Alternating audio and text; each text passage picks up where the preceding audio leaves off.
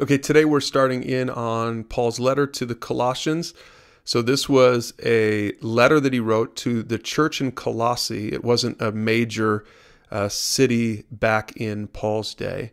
And it wasn't actually a church that he had even ever visited. In fact, Epaphras, we'll see that name here as we read through this letter, is the guy who started the church. And Epaphras was with Paul, probably in Rome. Paul was probably in prison. And so Epaphras came and shared a little bit about the church, and then what most likely happened is that Paul wrote this letter in response to the news that he had received from Epaphras. We see this in verse 2. We are writing to God's holy people in the city of Colossae, who are faithful brothers and sisters in Christ. May God our Father give you grace and peace. Okay, and so as you read through this letter, just keep that in mind. And the big idea of the letter is that Jesus' rule impacts everything and always has, right? So he says this in verse 7, you've learned about the good news from Epaphras, our beloved co-worker. He's Christ's faithful servant, and he's helping us on your behalf. And he says this, we have not stopped praying for you since we first heard about you. And here's what they pray for.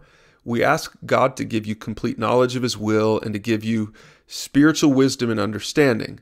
And then the way you live will always honor and please the Lord, and your lives will produce every kind of good fruit. So that sounds a lot like truth too, right? That as Christians, we should live a lifestyle that honors God, right? He says, all the while, you will grow as you learn to know God better and better. So I just want you to pay attention to two things here. First of all, he talks about knowledge, so gaining wisdom. I hope you're gaining wisdom as you go through this reading plan. But he says it's not just about wisdom, it's about applying that wisdom and knowledge to your life, right? And so that's really what he's talking about there. So then as we scroll down here to verse 15, this is actually a little poem that Paul writes here at the beginning of the letter. And it's a poem about the importance and the supremacy of Christ. He says, Christ is the visible image of the invisible God. He existed before anything was created and is supreme over all creation. Again, I'll let you read this for yourself. He says, Christ is the head of the church, which is his body. He is the beginning, supreme over all who rise from the dead. So he is first in everything.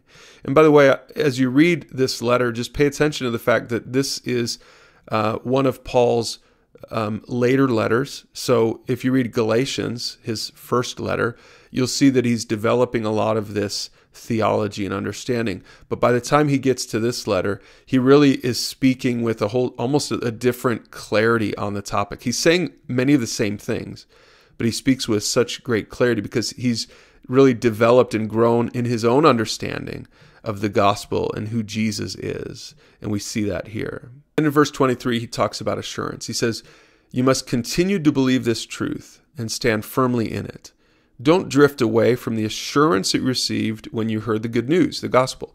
The good news has been preached all over the world. Remember, Paul's writing this from Rome, right? And he says, and I, Paul, have been appointed as God's servant to proclaim it.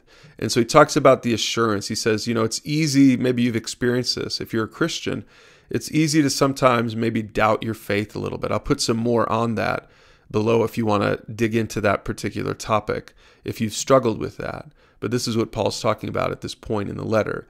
He says, I'm glad that when I suffer for you in my body, I am participating in the sufferings of Christ that continue for his body, the church.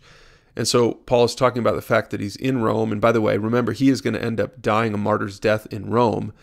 But what he says here is it's not a bad thing. He understands its place in God's big picture, that even his own suffering is just another way for him to connect to Christ, who is everything and is in everything, right? And so what a great mentality, what a great perspective that Paul has. So it's kind of a longer first chapter, but you can read it now. You're ready for Colossians chapter 1, and then we'll see you tomorrow for chapter 2.